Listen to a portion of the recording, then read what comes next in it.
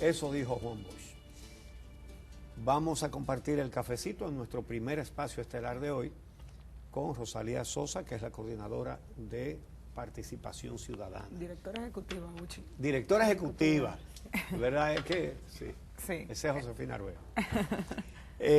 Directora ejecutiva. Rosalía, hoy es otro día verde. ¿Cuáles son las expectativas que tienen ustedes, que son de las instituciones que están promoviendo este reclamo de la gente?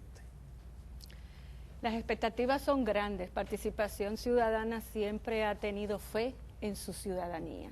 Y esta reacción ante la impunidad y el deseo de que termine la impunidad en este país es muy importante y la valoramos mucho. Por eso seguimos convocando a los ciudadanos a que se vistan de verde. Hoy es un día importante, ponte un lazo, ponte una camiseta, ponte lo que tengas, pero vístete de verde por la esperanza y para poner fin a la impunidad. Precisamente hablando de temas de corrupción y de impunidad, en República Dominicana no solo le estamos dando seguimiento al caso de Brecht, que probablemente es el caso a nivel nacional e internacional de mayor relevancia, sino que hay otros casos que se han destapado recientemente. La semana pasada resultaron muertas 3 personas en San Pedro de Macorís y todo apunta que fue como consecuencia de una situación generada en el CEA y una venta de terrenos del Estado. ¿Le ha dado seguimiento Participación Ciudadana a este tema y cuál es su opinión sobre lo que está pasando con el Consejo Estatal del Azúcar y con la venta de terrenos del Estado? En esos 2 escándalos, porque son escándalos, se designa una comisión y en el primero, en el de Corde, se entrega un informe. Pero nosotros no queremos escándalos ni que nos pasen la página. Nosotros queremos casos, queremos ver procesamientos, queremos ver responsables. La ciudadanía está cansada de ver que las personas hacen lo que quieren con el patrimonio público. Los funcionarios, sus leales y los que están alrededor, ese anillo. Pero no pasa nada. Entonces nuestras expectativas es continuar con la presión, porque esto es lo que nos han, la única salida que nos han dado, ya que las autoridades no están funcionando, no cumplen con el mandato que tiene la ley, continuar con la presión para que se identifiquen, primero las causas, porque sabemos cuál es. Las causas es la corrupción, tanto en Corde como en el CEA, porque se vendían los terrenos, según dicen los moradores en San Pedro de Macorís, a un precio establecido formal, pero había otro precio paralelo que era mayor que el formal. A precio de vaca muerta para el CEA. Para el CEA, pero mayor pero no en para el los mercado, funcionarios del CEA. Para los funcionarios y allegados. Y vimos ahí la situación, 119,000 pesos se le devolvieron al señor en un cheque, pero él pedía el otro dinero Su del terreno. Su hermana decía que había dado 1 millón y le devolvieron lo que le había entrado al CEA, que eran 119,000. Por ejemplo, don Uchi, hay que ir a Cumayasa. Cumayasa está cerca del mar, que pertenece a San Pedro de Macorís. Vayan a ver las casas. Esos terrenos son del CEA, ¿no? Sí, son terrenos del CEA. O son o eran. Y ha habido situaciones, o hay todavía situaciones, de personas que han comprado de buena fe años, pero viene alguien con poder político partidario o un funcionario público, se antoja de ese terreno, se lo venden a ese y la persona se queda en el aire. Eso no puede ser. La enajenación de los bienes del Estado, tiene que haber más responsabilidad. Y esta comisión que se trasladó ayer, nosotros esperamos que no se quede en un informe, que se procesen todos los responsables, y el Ministerio Público tiene nueva vez un reto, que es investigar, instrumentar un buen expediente y presentarlo ante la justicia. En el caso de Corde, por ejemplo, el informe que se presentó tiene un levantamiento de información sumamente interesante que permite identificar una serie de violaciones a leyes. La comisión recomendó, o digamos que lo que se decidió fue entregar esa documentación al Ministerio Público, eso fue lo que se dijo. En esta ocasión, cuando el presidente crea la comisión para investigar lo del CEA, pide recomendaciones legales, a diferencia del informe anterior. ¿Cuál es el siguiente paso una vez se genera este tipo de información, se levanta ese nivel de información con tanta precisión como el de CORDE, ¿qué debería ocurrir en términos formales y legales? Ya que usted es abogada y nos puede ayudar en ese sentido. Mira, Amelia, el que tiene que investigar es el Ministerio Público, ya sea a petición de la víctima o de oficio. El escándalo de CORDE no debió de ser designada una comisión, porque es un trabajo paralelo. Porque con esas recomendaciones que hace la propia comisión, el Ministerio Público tiene que iniciar un proceso. Ahora hay que decir que el trabajo de esa comisión fue bueno. Malo bueno. Porque dice lo que pasó ahí. No, y mandó el presidente, es un sistema Sí. presidencialista. Malo bueno lo que haya hecho la comisión, quien le corresponde investigar es al Ministerio Público. Por eso y digo, la ley una lo vez- faculta de oficio ante un escándalo, pero aquí no se quiere de oficio. Siempre lo que se quiere es presión ciudadana y entonces viene la reacción frente a la presión, que no debe ser así. Por eso es que el Movimiento Verde está solicitando fiscales independientes, porque nuestras autoridades en estos momentos no ofrecen ninguna credibilidad, no ofrecen ninguna independencia para accionar contra sus compañeros de partido. Rosalía, cuando ustedes dicen fiscales independientes, yo quisiera saber de una manera precisa a qué se refieren, porque la ley no permite que se llame a Perencejo o a Menganeja y lo pongan de fiscales. ¿Ustedes se refieren a fiscales que ya son fiscales? No, el propio Código Procesal Penal permite que la Procuraduría General de la República contrate abogados especialistas en tal o cual tema. En este sentido se llama acusador adjunto, que acompaña al Ministerio Público. Todos sabemos que hay casos muy complejos, por ejemplo el caso de Odebrecht es un caso complejo, donde se necesita tiempo, un equipo multisectorial para la investigación, entonces se crea esa posibilidad de acusadores adjuntos. Nosotros estamos viendo los modelos de Guatemala y el modelo de Honduras, donde por coordinación con el Estado y la ONU en Guatemala y con la OEA en Honduras, se solicitó el acompañamiento de abogados independientes. ¿Para qué? Para dar fe y credibilidad a las acciones que haga el Ministerio Público en el tema de actos de corrupción. Pero no hay tenemos aquí... la CICIT y tenemos la MASI en Honduras. Eso debe ser un acuerdo entre estados, fue así que se hizo y refrendado por el Congreso de la Nación. Pero no tenemos aquí fiscales de carrera que pudieran asumir, cuando se habla de fiscales independientes, pensamos por ejemplo el tema de que el procurador es designado directamente por el presidente de la República, pero uno dice, y dentro del Ministerio Público, no existe la posibilidad de que se designe un equipo de fiscales que la ciudadanía diga, caramba, la trayectoria de estos fiscales ha demostrado que son capaces de llevar a cabo una investigación profunda y adecuada con relación a este caso. Cuando se hable de independencia, ¿no se piensa en eso también? Sí, cuando hablamos de independencia, hablamos de independencia funcional, que es lo que la ciudadanía valora, que en los casos de corrupción no existe en el Ministerio Público. Ciertamente, la reforma y fortalecimiento del Ministerio Público se luchó porque los fiscales o los aspirantes a fiscales pasaran por un examen, por la escuela y después en el puesto en propiedad pudieran ejercer la acción penal pública de una manera independiente, pero en los casos de corrupción no ha sido así. En esta gestión del presidente Danilo Medina, en su primer 4 años y ahora, no ha apoyado el fortalecimiento del Ministerio Público, ni del sistema de justicia completo. Y cuando eso me refiero, Policía Nacional en investigación, Ministerio Público y Poder Judicial. No ha habido una voluntad del fortalecimiento del sistema. Bueno, los mecanismos de la impunidad, porque son mecanismos que están establecidos ahí, son tales que precisamente una fiscal de carrera, la del Distrito Nacional, inició una investigación sobre el entonces ministro de Obras Públicas, Víctor Díaz Rúa, y no solamente una juez de tránsito le prohibió que investigue, cuando lo que hace un fiscal es investigar, sino que además la Suprema Corte de Justicia, en una decisión 3-2 con 3 cuadros del partido, le ratificó la prohibición de que investigara. Y ese es un caso de una fiscal independiente.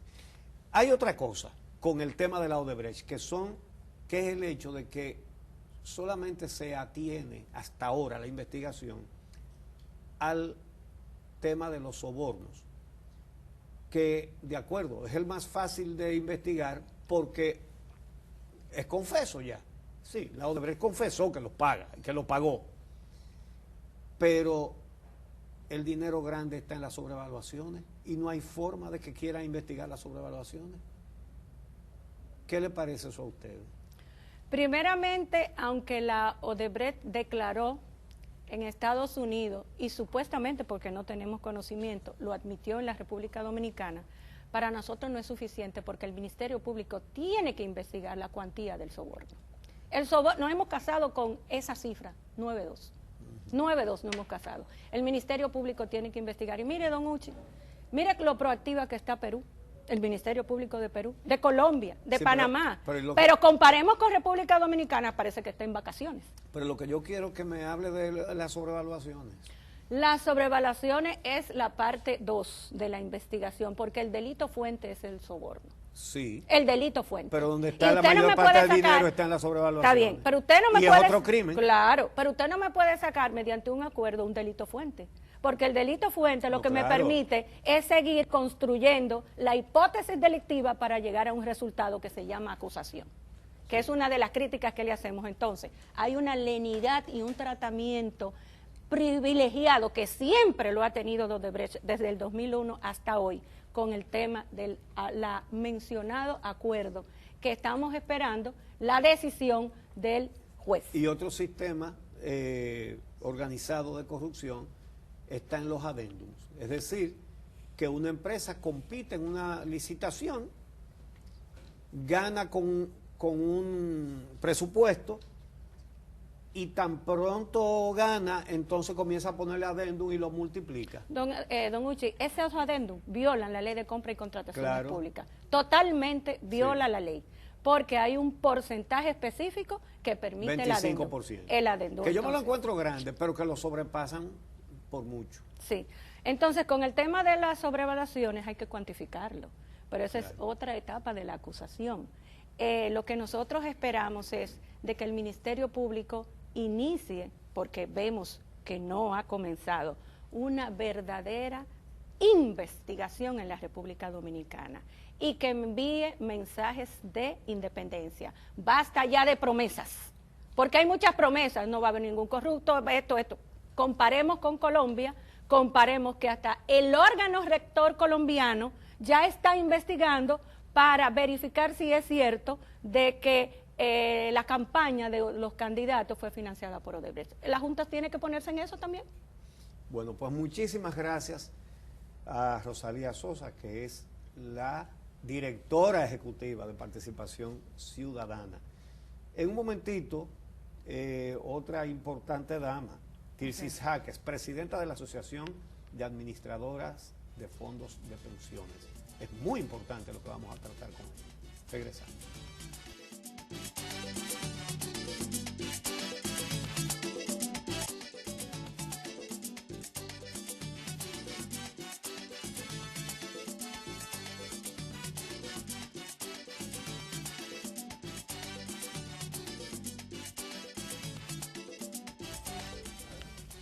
Bien, amigos, tal y como habíamos anunciado, tenemos el placer de recibir en el espacio estelar del día a la presidenta de la Asociación Dominicana de Administradoras de Fondos de Pensiones, Tirsis Jaques. Muy buenos días y bienvenida. Muy buenos días, Uchi, Amelia. Gracias por esta oportunidad.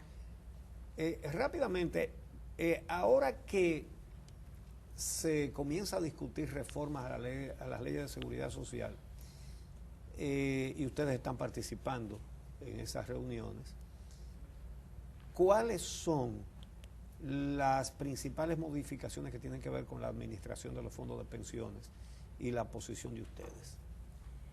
Sí, bueno, la modificación de la Ley de Seguridad Social en este momento ha iniciado a partir de un anteproyecto que el gobierno ha preparado y que nosotros estamos muy confiados en que seguiremos trabajando en discusiones sobre todo técnicas, porque hay que decir lo siguiente: el sistema de seguridad social, obviamente su objetivo es dar protección social, específicamente en pensiones, dar protección en pensiones tanto para vejez, tanto para los afiliados en condición de discapacidad y para los familiares por sobrevivencia. La modificación de esta ley debe ir orientada al perfeccionamiento, considerando 3 pilares principales: la sostenibilidad del sistema, porque no hacemos nada con modificar una ley muy bonita y que no sea sostenible; la seguridad jurídica o institucionalidad del sistema, que el sistema funcione y opere, no dependiendo discrecionalmente de si son buenas personas o malas personas, sino que sea, digamos, garantista; y sobre la transparencia. Entonces, el anteproyecto que tenemos, nosotros hemos identificado en la parte de pensiones 5 áreas principales. Primero, el proyecto no ofrece mayor ni mejor protección social, porque no introduce cambios que en materia de pensiones incrementen las pensiones de los trabajadores, y debe ser el objetivo principal. Si vamos a modificar la Ley de Seguridad Social, nuestro interés como país debe ser que los trabajadores alcancen mejores pensiones. Ese debe ser principalmente el objetivo. Y entonces, ¿hacia dónde está apuntando el proyecto? Pero, y además hay un interrogante. Claro que se necesitan mejores pensiones, pero ¿cómo es que se les atribuye a las administradoras de fondos de pensiones que tienen unas ganancias fabulosas, mientras los trabajadores, que son los dueños de los recursos, van a tener un 20% cuando los pensiones de lo que ganan actualmente? Es decir, que el que gana 20,000 pesos va a ganar 4,000. Hay una... Es más, se dice que es el único negocio que existe donde los dueños de los recursos ganan mucho menos que lo administran. Uchi, eso es un mensaje que ha sido muy bien manejado en todo lo que son los años que tiene este sistema. Las AFP tienen sus ingresos por la gestión que realizan como administradores de activos principalmente, y los márgenes con los que operan están dentro de los niveles que se corresponden con administradores de fondos. Sin embargo, si hoy día podemos hablar que tenemos más de 348,000 millones de pesos acumulados en la cuenta de los trabajadores, ha sido en más de un 44% por la gestión de las AFP. No quisiera desviar el momento de referirnos específicamente al proyecto, pero tampoco quiero no dejar... Porque claro, dijiste sostenibilidad. Yo digo, claro, bueno, para la administradora se pasa de sostenibilidad. Fíjese, con lo que se queda cojo con los trabajadores. Lo que sí tenemos que mirar es que no estamos acostumbrados a la transparencia. Y qué bueno todo este movimiento, pero no estamos acostumbrados a la transparencia. Porque si bien podemos ver hoy cuáles son los ingresos que tienen las AFP, es porque el sistema lo permite. No tenemos muchos con quien comparar, porque no todos los que ejercen y los que hacen un negocio o una actividad publican como publican las AFP, pero sin tomar mucho tiempo para tocar este tema, que estamos dispuestos a tener un programa hasta con más tiempo para hablar. Realmente las AFP tienen sus ingresos por los volúmenes. Hoy día, anualmente, las AFP se ganan por cada afiliado menos de 1,000 pesos al año. Entonces, si tú le preguntas a un afiliado, porque me rentabilice mi fondo alrededor del 8 al 10% real, yo estoy dispuesto a pagar en promedio 1,000 pesos en el año, que son menos de 100 pesos mensuales. Entonces esa sería también otra pregunta, y ese pudiera ser otro escenario, Uchi, pero en este momento creo que vale la pena que mencionemos cuáles son las falencias que tiene el anteproyecto de ley. Bueno, ¿cuáles son las principales objeciones de nosotros respecto al sistema? Porque nosotros existimos y estamos en el país porque existe el sistema de pensiones, y reconocido internacionalmente la gestión que han hecho las AFP, porque la OECD incluso considera que el sistema de pensiones dominicano es el más rentable en los últimos 10 años en términos reales. Pero es una discusión muy especial, tal vez en otro momento. Pero este anteproyecto... Tiene que ver con la ley. Exactamente. El anteproyecto no introduce cambios que mejoren la tasa de reemplazo. Y si la ley se va a modificar y no va a mejorar las pensiones de los trabajadores, ¿cuál es el objetivo de modificarla? También el anteproyecto introduce elementos que atentan contra la seguridad jurídica del sistema y la institucionalidad. ¿Cómo así? Es aspectos que se dejan a la discrecionalidad del regulador. Ejemplo, la rentabilidad de los fondos va a ser, la rentabilidad mínima de los fondos, según la propuesta, la va a determinar el regulador. La afiliación a una AFP o a otra la va a determinar el regulador. El traspaso de una AFP a otra la va a determinar el regulador. La inversión, los montos, límites y dónde invertir los fondos de pensiones, la propuesta manda a una entidad que la preside también el regulador.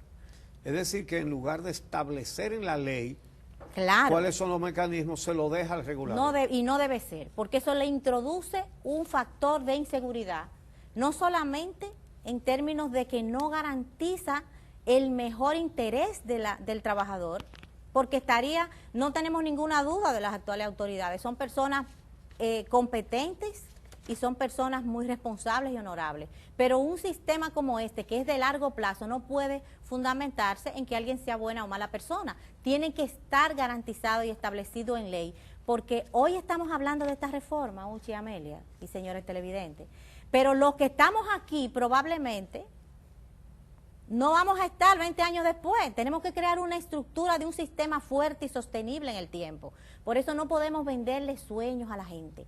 Por eso nosotros operamos en un sistema transparente. Otro factor que adolece el sistema es que introduce una alta inequidad, porque permite y promueve la creación de planes de pensiones estatales. Eso que usted siempre ha criticado. Sí. ¿Cómo es posible que hayan privilegios y el proyecto lo plantea? Que los mismos legisladores que aprueban el plan de todos los dominicanos, entonces ellos se ponen otro. Entonces la propuesta habla de que se creen planes de pensiones estatales. No es posible. El sistema tiene que descansar sobre la universalidad y la equidad. Aquí una frase... Ahora, si es estatal para que funcione como funcionan unas ARS, es decir, como una empresa manejada por el Estado, habría que ver bajo qué contexto, qué es lo que se está promoviendo. Lo que sucede, Amelia, que cuando hablamos de planes de pensiones estatales, son planes que son de reparto. Los planes de reparto no se acumula a fondo, no se gestiona inversión, solo se financian con aporte y con presupuesto. ¿Qué propuestas han hecho a ver, lo primero, si las AFPs están de acuerdo con que haya una modificación de la ley? La ley tiene, no solamente toca el ámbito de las pensiones, sino que está el tema de la salud y los riesgos laborales, es mucho más amplia la ley, Claro, o sea, claro. y se necesita una modificación a la ley. En lo que tiene que ver con los fondos de pensiones, si las AFPs están de acuerdo con una modificación y cuáles serían sus propuestas para hablar de una posible mejora de la rentabilidad, sobre todo los recursos de los trabajadores. ¿Cuáles han sido las propuestas de ustedes en ese sentido? Sí, la Asociación de AFP, las AFP miembros de la DAF, estamos de acuerdo y promovemos y apoyamos un perfeccionamiento de la Ley de Seguridad Social. ¿Hacia dónde debería apuntar? Que debe apuntar hacia mejorar las pensiones que los trabajadores van a lograr en la República Dominicana. Y este proyecto tiene otro elemento que es muy lesivo al interés del trabajador. No solamente no aumenta la cobertura de que entren más trabajadores protegidos en el sistema y su familia, sino que de ser implementado excluiría un porcentaje significativo de trabajadores que hoy día están protegidos en la seguridad social. ¿Cómo lo hace? Porque establece que los trabajadores de las empresas catalogadas como micro y pequeñas empresas estarán 3 años sin cotizar a pensiones. Entiéndanme bien, 3 años, lo que significa que por 3 años los trabajadores de esas empresas que se catalogan mayormente por las que tienen las micro menos de 15 trabajadores y las pequeñas menos de 60 trabajadores. Sepan ustedes que con las estadísticas oficiales del sistema que la Tesorería de la Seguridad Social ofrece, no lo decimos nosotros, son las cifras oficiales, el 94% de los empleadores actualmente activos en el sistema caerían en esa categoría. O sea, y que ellos, durante 3 años no cotizarían. entonces ellos podrían registrarse como micro y pequeñas empresas y simplemente sacar todos sus empleados, y el 94% de esos empleadores que hoy día cotizan, sus trabajadores quedarían desprotegidos en materia de pensiones. ¿Qué quiere decir quedar desprotegido? 3 años sin acumular, sin aportar a su cuenta y sin que su AFP les rentabilice su fondo. 3 años que si el trabajador se incapacita, no tendría pensión por discapacidad y quedaría expuesto a que sus familiares lo desamparado. Cuiden, desamparado. Perdón, Amelia, para concluir la idea, ¿qué significa 3 años sin pagar pensiones? Y 3 años que si un trabajador de estos fallece, su familia queda completamente al desamparo. Hoy día, el seguro de pensiones no solamente se aporta a una cuenta para el largo plazo, a la hora del retiro, el trabajador pueda tener un patrimonio que le financie su pensión de vejez, sino que también te protegen frente a una discapacidad y protege a la familia del trabajador si él fallece, con pensiones de sobrevivencia. Pero mi pregunta iba apuntando hacia, como la ley está en discusión, lo que hemos hablado es lo que ustedes rechazan de la propuesta del gobierno. Pero ahora, hay que conocer primero qué plantea el proyecto. Precisamente, Exacto. pero me imagino que ustedes tienen algunas ideas adicionales. Sí, nosotros tenemos la propuesta de... Sin embargo, tenemos que terminar de indicar cuáles son los demás. Otro elemento que tiene el proyecto, borra el bono de reconocimiento. El bono de reconocimiento son los derechos adquiridos que tienen los trabajadores afiliados hoy a una AFP y que cotizaron en la ley 1896 y en la 379. Lo borran del anteproyecto, lo que quiere decir que lesionan derechos adquiridos de esos trabajadores. De dinero que han sido pagados. Claro que ya han cotizado. O sea, hay personas que han cotizado años en el sistema, en esas leyes anteriormente. Y la ley 8701 le garantiza el derecho a un bono de reconocimiento para que al momento de su retiro, esa persona se pensione con lo que acumula en su AFP, más el bono de reconocimiento, y de ahí va a lograr su pensión. Se me va a quedar mi pregunta pendiente, que es saber entonces cuáles son las alternativas que plantea, porque me imagino que esta discusión va para largo, es un tema al que tenemos que prestarle atención, porque modificar esta ley que al final lo que busca es que el trabajador dominicano tenga una serie de beneficios, tanto en el sistema de salud como en el sistema de pensiones, un tema que debe preocuparnos y que debemos atender todos. Entonces, ojalá y podamos tener una siguiente conversación para hablar de manera amplia sobre el sistema de pensiones en la República Dominicana. Día verde hoy. Y al despedir este programa, gracias a Crisis Jaques, les recordamos que hoy es un día verde y usted salga a la calle con algo verde. Y el Movimiento por el Fin de la Impunidad nos convoca a todos a ir al Palacio esta tarde, como siempre, pacíficamente, festivamente incluso. A las 5 de la tarde. A las 5 de la tarde para entregar el primer corte de firmas del Libro Verde. Es un acto notarial, es importante. Se va a entregar, es un documento notarizado con la cantidad de firmas que han sido contabilizadas hasta ahora. Se está registrando todo eso desde ayer, según nos explicaban, y entonces se entregará esa nota en el Palacio Nacional hoy. Feliz día para todos.